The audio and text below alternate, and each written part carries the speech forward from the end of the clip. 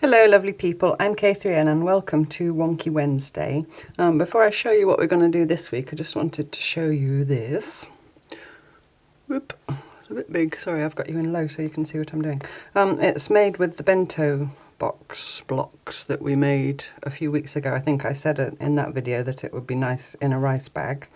So I pieced 4 blocks, which I mostly did when I was in England.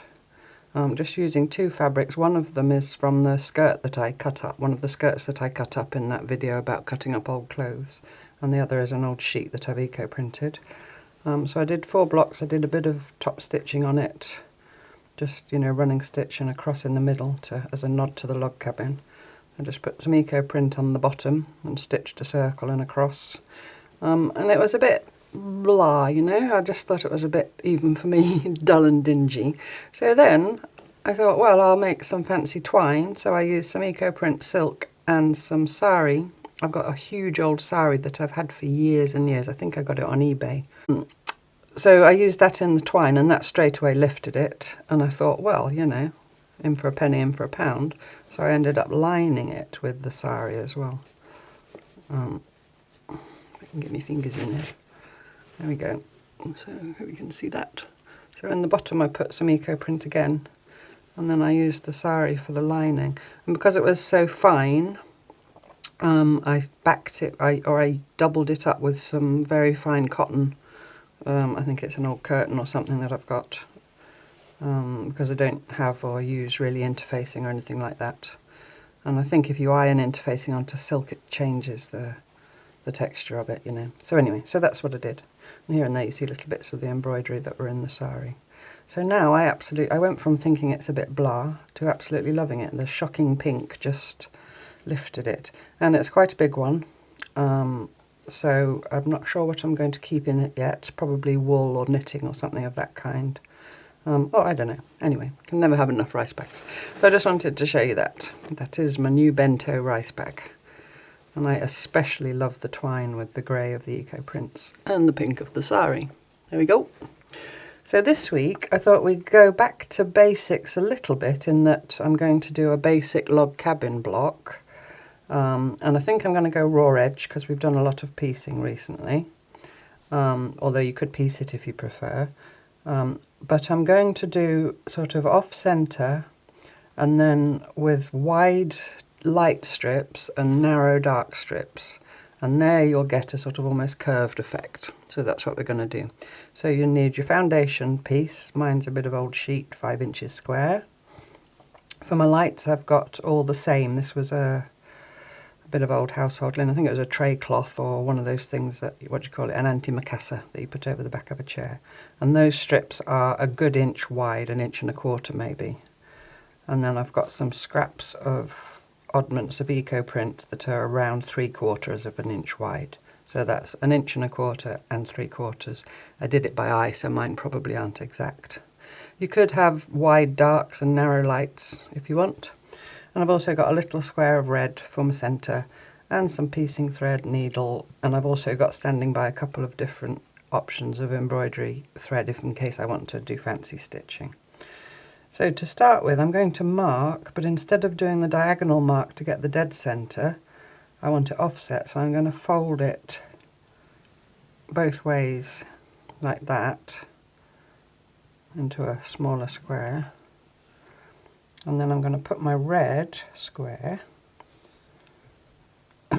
in one of the quadrants, if you see what I mean. So the point of it's in the middle, this point, but the rest of it's sitting up in that top corner. And I'm going to put a little applique pin in it. And I always start with the darks, which apparently there is a convention in log cabin cotton that you start with the lights. Trust me to do it wrong. But anyway, I don't think it really matters. So I'm just going to get a bit of dark. Pick a bit, any bit. And overlap it by, you know, whatever size you want your square to end up. For me it's about 1/4 inch. Actually I'm going to choose a darker bit. I'm going to choose that really dark bit there. So I'm just going to trim that with my new snippy fiskars. Come on, thank you Sue. And This is actually slightly wider than a 3/4 inch, but that doesn't matter. I can just take that up in the seam allowance. So I'm just going to overlap it by, oh actually no, I've forgotten to do. What I'm going to do first is just stitch this little red square down, excuse me, all around the edge, about 1/8 of an inch from the edge, because it won't actually get stitched with the stitching on of the other bits. Just so it doesn't float away. Just a running stitch just round the very, very edge. Now I'm only going to make one of these for my journal, but it really comes into its own when you make 4 and put them together. And if you go right back, if you haven't seen it or you don't remember, to the introduction to log cabins, right back at the beginning of this series, in that video I show one of my log cabin quilts, which is actually a folded log cabin, but the principle's the same, using this idea of narrow strips and wide strips. And in that one I used wide dark strips and narrow light strips. So if you want to go and have a look at that for the layout and the effect of the curves, I shall try and remember to put a link to that video down below. It's right at the beginning of the video, if you want to refresh your memory. Right, so I can just leave my needle in. I've gone all around that square. Back to my bit of dark. So if you wanted to piece, you'd obviously just do right sides together, do a seam and flip it up. But I'm going to just lay it on, overlap it by 1/4 inch or so, and come back up from the back. I'm just going to stitch up that side. Stella's snoring. They're quite big stitches because they'll all be hidden. It's just really to get myself up there. And then I'm going to stitch along the top edge, which will be covered by the next strip. So just make sure I'm close to the edge so I can play about with my placement. And then turn. And I want another bit of dark across there. About a bit of this silk.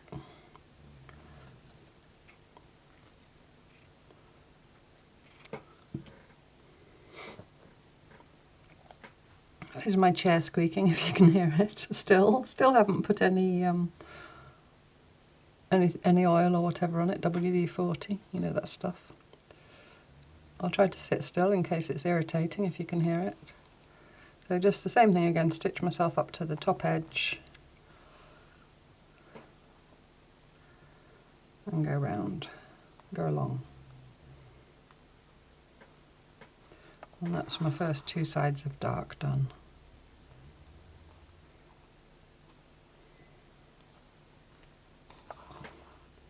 And turn. So now I'm into my lights, and that's, like I said, that's all the same, just because I happen to have this scrap of rather fragile and raggedy tray cloth or antimacassar, whichever it is, sitting around. You can slightly see through it because it's so fine, but don't think I'm worried. Oh, sit still, Catherine, that's squeaking. It's annoying me. I must go and get the WD-40. And just the same thing, I've overlapped a bit. And then stitch myself up.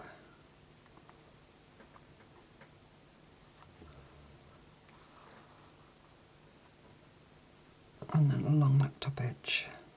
Scissors are in the way now. Scooch myself in so then hopefully I don't keep moving around.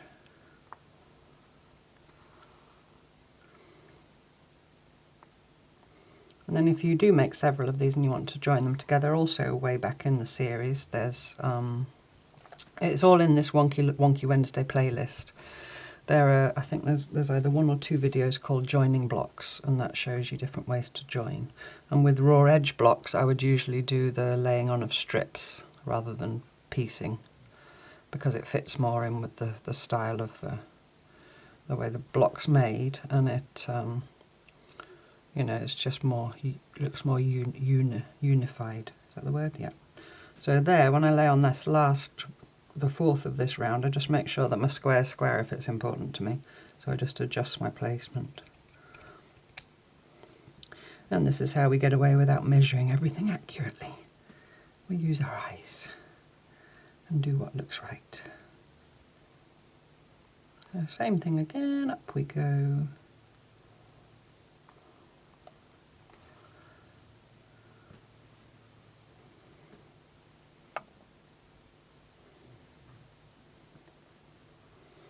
Across that edge.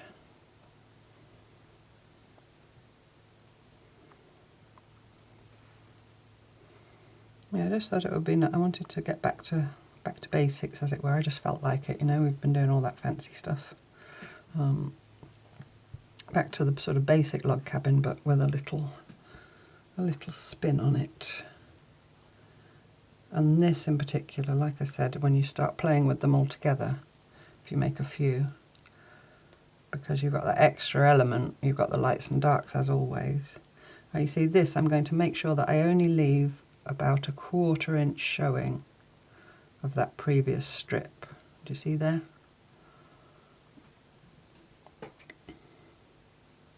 And if you were piecing, you can do the same. You can adjust your seam allowance if you haven't been accurate cutting or tearing your strips. When I'm doing raw edge, where am I? That's right, I'm now in the right place, I don't have to stitch up. When I'm doing raw edge, I tear if I can, if the cloth will tear, because the edge is much prettier, and to me anyway, and it's much less likely to go further than when you cut, because when you cut you can cut across the threads, so you get all those little bits of thread poking out. Whereas if you tear, yes, of course you'll get this happening. 2 or 3 of these will come off, warp or weft threads, whichever they are, but at one point it'll stop.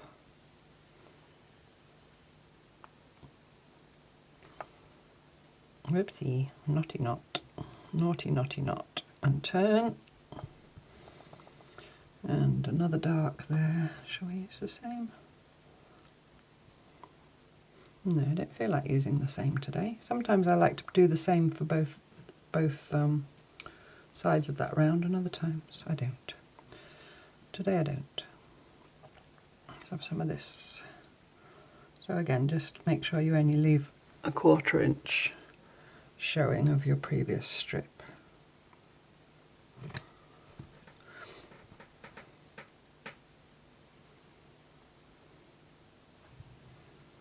And stitch along.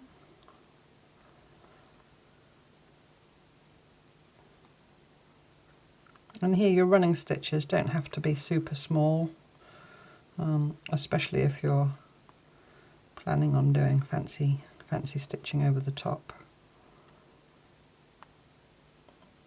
It's not holding a seam as such, all it's doing is holding that little strip down onto the backing cloth. It'll be good enough, even in a quilt to be used. So now another bit of this. Is that long enough? No, it isn't. Put it in the scraps. So now on the light coloured strips, I want to leave, here I've got 1/4 inch showing, here I want about 3/4 inch showing, I think. Something like that.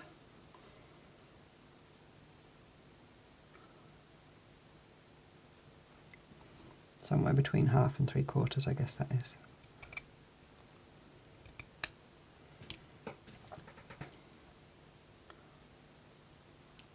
You have to look out for that if that bothers you, because this white cloth or cream cloth is so fine. I am getting shadowing from the cloth underneath. If you think that would be something that would bother you, then audition it, and then you could always use it double, you know, or if I made the strips wider, I could have then folded them in half like that and stitched along the fold. That would have been a solution if I'd thought about it in advance. Well, I'm not letting it bother me.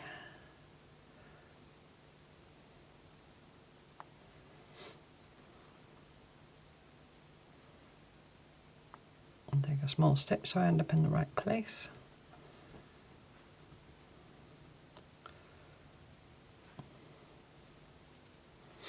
And same thing again here, leave sort of a little stain on that. I don't know if I mind that or not, I'll put it that way up. a bit distracting. So a good, I'd say it's probably 5/8 of an inch, so it's, but the basic principle is it must be significantly wider than these, because that's what creates the illusion of the curve.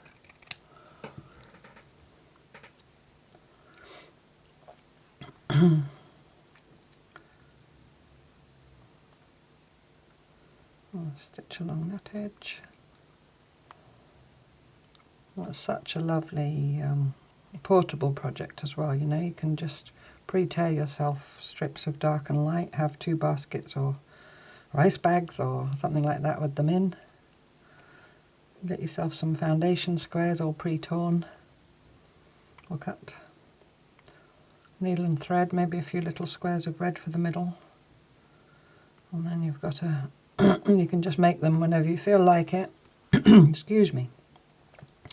And then if your foundation squares are all the same size, you just, you know, just keep making log cabin blocks whenever you fancy, over years, if you like. And at one point you just join them together and make something. Or use them in another project. It's also nice to combine them with other things. I've often used them as borders around other projects. So my next darks, I need to make sure I only leave a 1/4 inch there. And trim that off.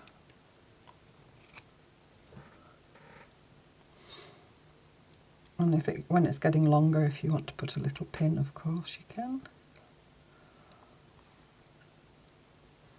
Working on my knee, I probably would, but because I'm here on my desk, it's not too bad.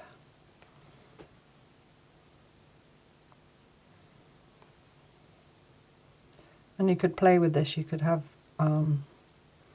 really narrow here, you know, if you had really fine fabrics, you could go mad and just leave 1/8 of an inch showing. Or you could really emphasize, you could have a 1/4 inch here and then an inch here, you know, but have a really big difference between them. I can just play with that.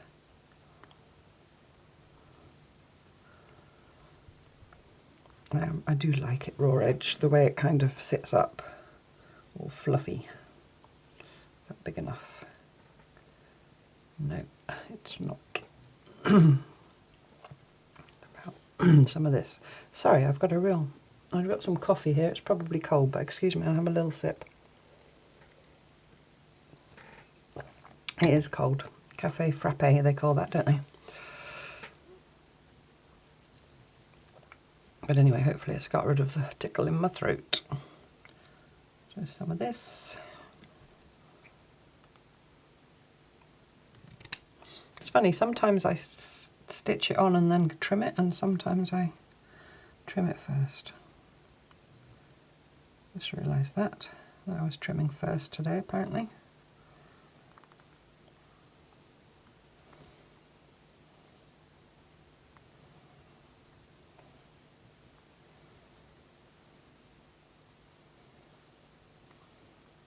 This is quite a thick old sheet, but before I eco-printed it, I would have tried it with an empty needle to make sure it was nice to stitch. And it's very soft and nice to stitch. The thickness of the cloth is not really a true guide as to whether it's nice to hand stitch or not, because some really fine cloths, you know, like Egyptian cotton that's a really tight weave, for example, or a batik, can be really unpleasant to stitch by hand. But then a thick piece of flannel or blanket, wool blanket, is lovely to stitch by hand. So doing the empty needle test, which I've often talked about, is a good tip, and that was from a very lovely friend of mine who told me that a few years ago. So I pass it on. Just rethreading my needle. Boop, boop, boop. And turn it. I find it, you know, if you've got enough of one cloth as well, that it's quite nice to use, that's probably big enough actually, the same of one side, for 2 reasons. One, I think it's just kind of gives unity to that side, and it's just another design element, if you like. But the other thing is, in the making of it, on one side you have no decisions to make. You know, there's no choosing to be done, it's all the same cloth. So just for me, that sometimes is just what you like, you know, and even if you did both sides the same cloth, just pick a light cloth and a dark cloth, tear it into strips and away you go. Sometimes we need that, sometimes we just need something. It's not mindless, I don't think it's ever mindless, but that you don't have to make those choices. That you can just pick up a bit of cloth and stitch it down. You could also have your darks and lights in your baskets or your rice bags or whatever, and just pick one at random, but that's if you're following the Monday project and you did choices in week 4, I can't remember, a while back anyway, where we did that. We put strips in a bag and picked them out and sewed them on. That's quite hard to do.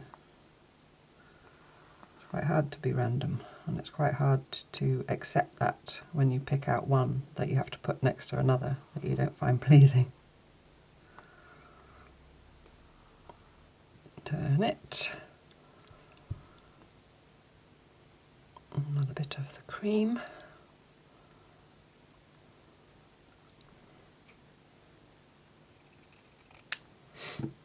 And snip.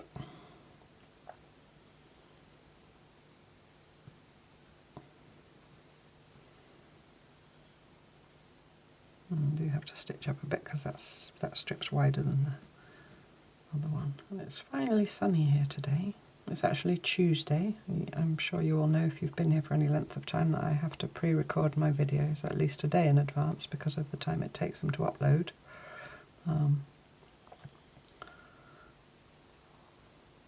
But it's, yeah, a lovely day today so far. I don't know if it's going to get hot later.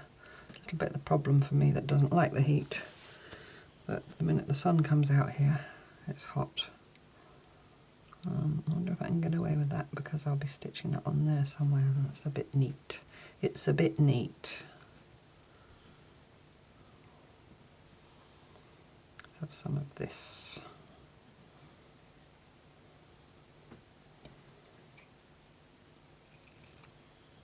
I might put a pin now because it is getting quite long and floppy. But if it's not too hot later, once I've gone and done all the things I have to do today, I might go and do some stitching on the terrace, which I haven't done. I had one day earlier in the year. I did stitching on the terrace, and I made another rice bag, funnily enough, with the hexagons, the paper pieced hexagons, which we did in another week of the Mondays.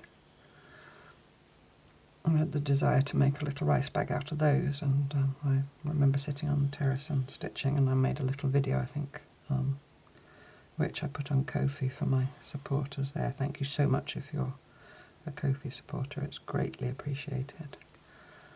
And I think I called it Stitching on the Terrace episode 1, and that's the only episode so far of Stitching on the Terrace. So I might go and do some stitching this afternoon. I don't think I will make a video, but just enjoy being out there because we've had so much rain. I know a lot of people have in the northern hemisphere. So much rain. Right. So another dark, and then we'll see. Let's have this bit. It's a bit of cotton sheet again, eco printed. Very dark bit there. The other side like, the other side's completely. I'm just going to go with that very dark, or if it's too standy outy, I think I'm going to go with that end. That's just a very definite pattern there, and I think it would maybe detract a bit, I don't know. Probably overthinking it.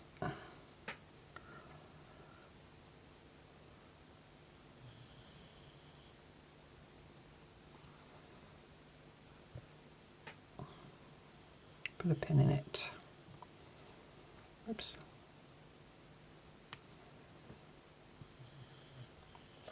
And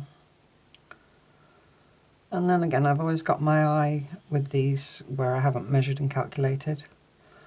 I've got my eye on the edge. At this point, I'm starting to think about how many more strips can I fit in. And I don't think it matters a great deal if you have a different number of strips. Like say I wanted one more strip there, but two there. I don't think that's a problem. At least it doesn't bother me because it's about the overall look of the piece. Getting knots in your thread does bother me somewhat. But then if you're someone who likes everything to be the same, and that's absolutely fine, as I always say, but you know, it bears repeating, then you can calculate how wide your strips need to be, or how many strips you need to excuse me, fit in with the size of your foundation square. I think I almost need to say every video, it's absolutely still slow stitch if you like everything straight and neat. It's not about that. Slow stitch is about the process and the mindset. It's not about being messy deliberately. That comes up so often. Well, you know, how I think of slow stitch. I'm not the world authority on slow stitch, of course. It's just my ethos is in line with Claire Wellesley Smith's ethos, and she's my kind of benchmark, really. But that's mostly because when I found her book and realised that what I was doing had a name, it fit with what I already thought, you know? What do they call that? Confirmation bias. But anyway, sorry, I hope I'm not coming down with something. My main reason for getting a bit sort of agitated about it is because people get a bit upset by it. They think they can't, not slow stitches because they're neat and they like to measure and they like things to look, you know, straight lines and so on. And that's why it upsets me, and that's why I bang on about it. So many apologies if you have heard it a million times from me, but it's for those people who maybe haven't heard it or maybe need to hear it again.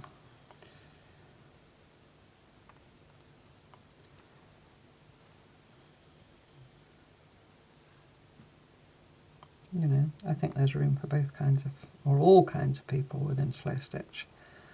The people that want to be super accurate and that's what makes them happy and comfortable, and the people that can't be super accurate and have been told maybe in other areas of sewing, stitching, creating, whatever, that's very bad and they need to be accurate. I think slow stitching is a place for all of those people to come together, and you know, and every point in between those two somewhat extremes. Because it's about the process and not the product, which doesn't mean we can't make lovely things. Oh no, we can. We absolutely can. Right, oh, that piece is nearly perfect. Oh, it's slightly too long. I might just trim a tiny bit off. And the scraps. You never know when you might need that bit. Should put a pin here because it's moving about. And it's creased because I didn't iron it. Of course I didn't. Why would I?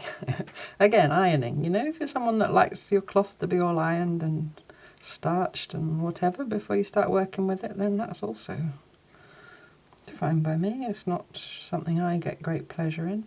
The only kind of ironing I enjoy is if I've been eco-printing.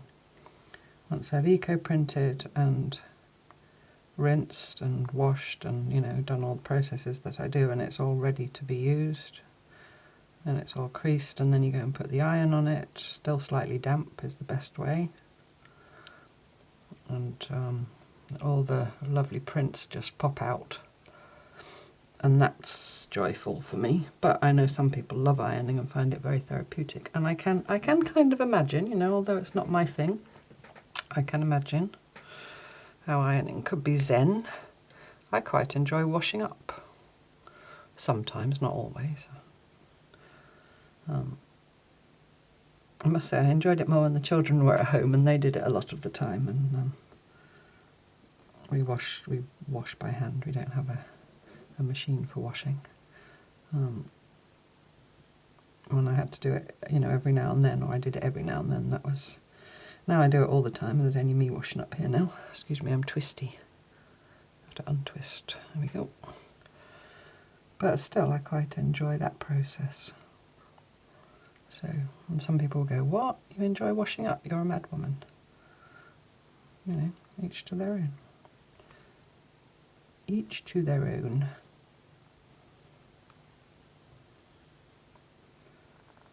Anyway, some people think we're crazy for doing this. I'm sure you've had it said to you as well, oh, you must have so much patience to do that. Well, not really, because I enjoy it, so you don't really need patience when it's something you enjoy. Well, not, you know, not in that sense. It's almost like they think it's a stress for you to have made something so intricate with such a lot of work in. No, we love doing it, don't we? That's why we do it. So that's more, I think, that person imagining what qualities they would need to do it, because it's not their thing. So that makes sense. I think you understand what I'm on about. At least I hope so. Right, it's another bit of dark.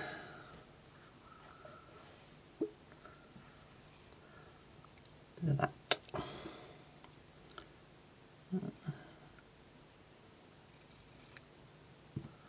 I'll move those pins over. Actually, I'm going to turn it round because I like that little dark corner. I think it'll be covered up nonetheless. But so that piece will get me to the edge, but here could have done with another piece.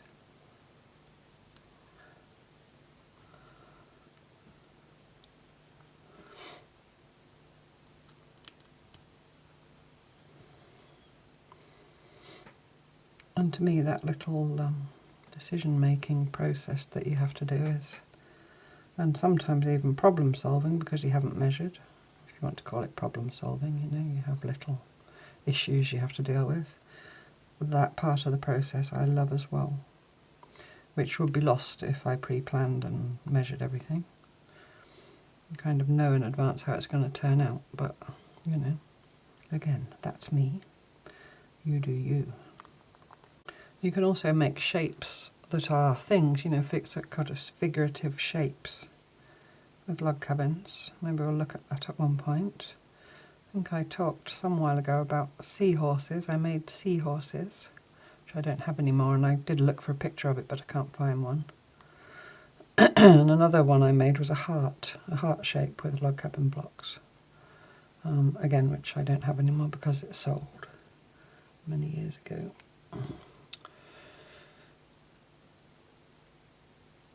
But maybe, you know, maybe one day I'll do a project or two with log cabins of that kind, you know, sort of wall hanging type things.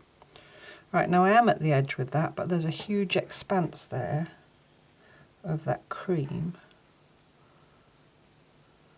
not covered up. So I do think I will do another round and then I'll trim it, because I'm not joining this. If I was joining it with another block, then I wouldn't worry, because when I put the other block up against it and covered the join, that would then be okay. Do you see what I mean? But because I'm not planning on doing that, that was the bit I cut, wasn't it? Yeah.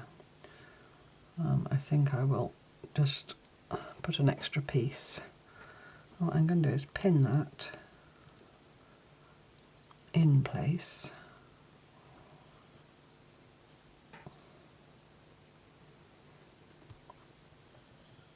Something there is resisting. Oh dear, got some red fluff on there.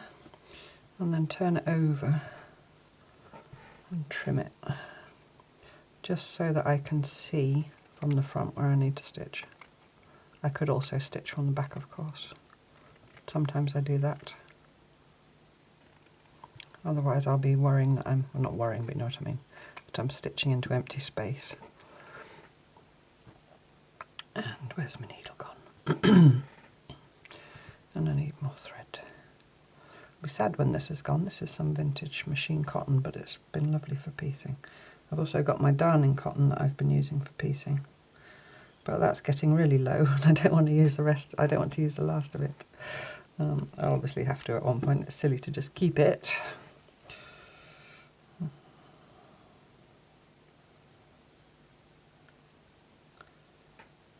Right, So I'm going to stitch up this edge as well, because this will be the last piece, just to hold it down, because I don't think I'll be putting another piece here.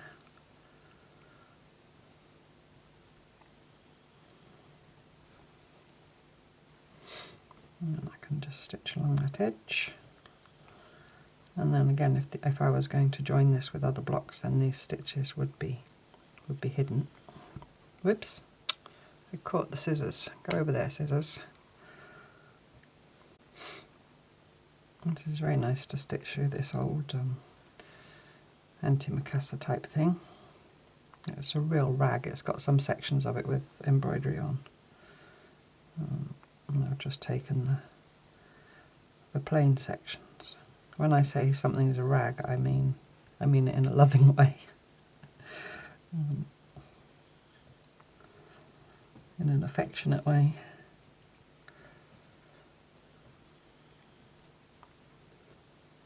Where those bits of red fluff are coming from.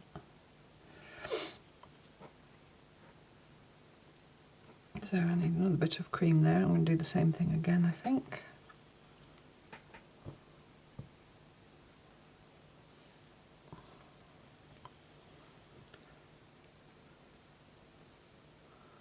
Whoops. Well, that's just okay because it's already slightly narrower.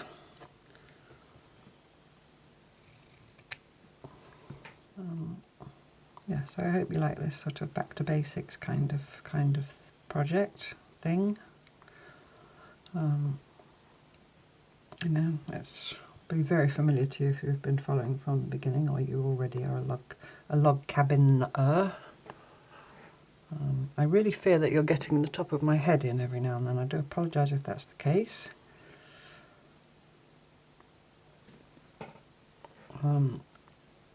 But yeah, we've done some quite sort of, I don't know what to call them, non-standard, unconventional type things recently. And like I said, I just felt like getting back to the basic in a way, but with a twist, with a curve. So I just need one more bit, I think, for just one more piece along this edge.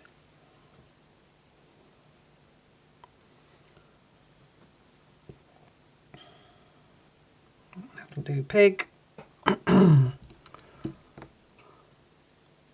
Which is an extra piece, which would just change the look of it here, because you see at the moment you've got cream here and there like that, whereas when I put this piece on, it'll extend that there. So if you were going to put blocks together and you did this somewhere and not others, that would show in your design.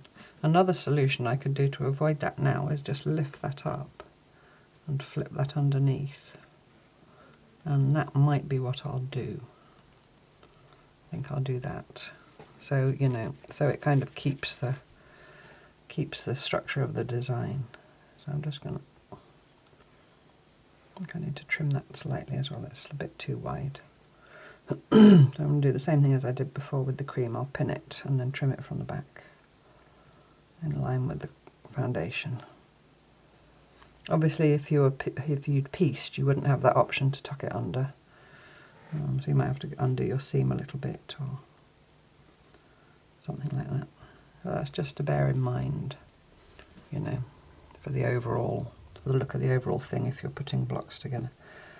I don't think I actually want to do any top stitching, because I quite like just the simplicity of the fluff of the edges and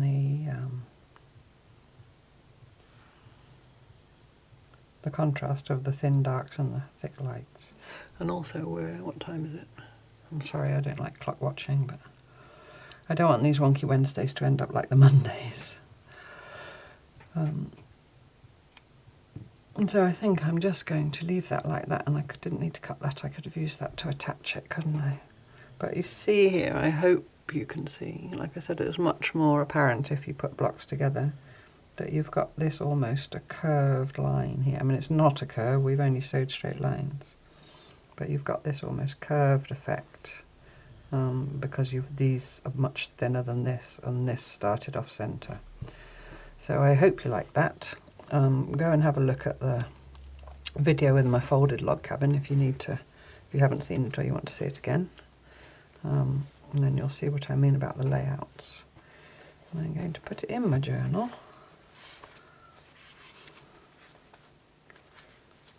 That was last week's. Going on a paper page. I have to decide which way up. I think I like it there. I very often like dark things towards the bottom because if dark things are sort of visually heavier. I think that's my thinking. And so they sort of fall to the bottom. Not always, but you know, that's a general principle. So I'm just going to stitch it here, and again I could have stitched that, well, you'd have had to have stitched that piece on, and you know, would have been too much, so extra line of stitching won't matter. Can I go in and out of this paper? Yes, I can.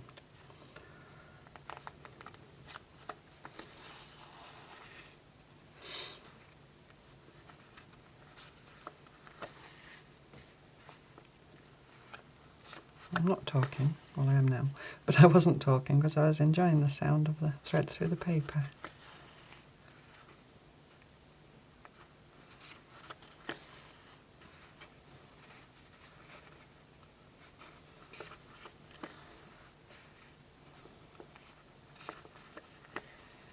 So I hope you like that sound too. Okay, nearly there. One more, I think.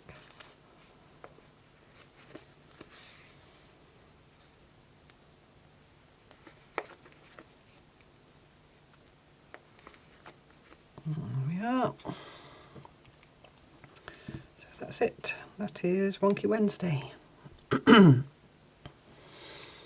I hope you like that, and hope you're going to have a play with different widths of strips and creating illusions of curves.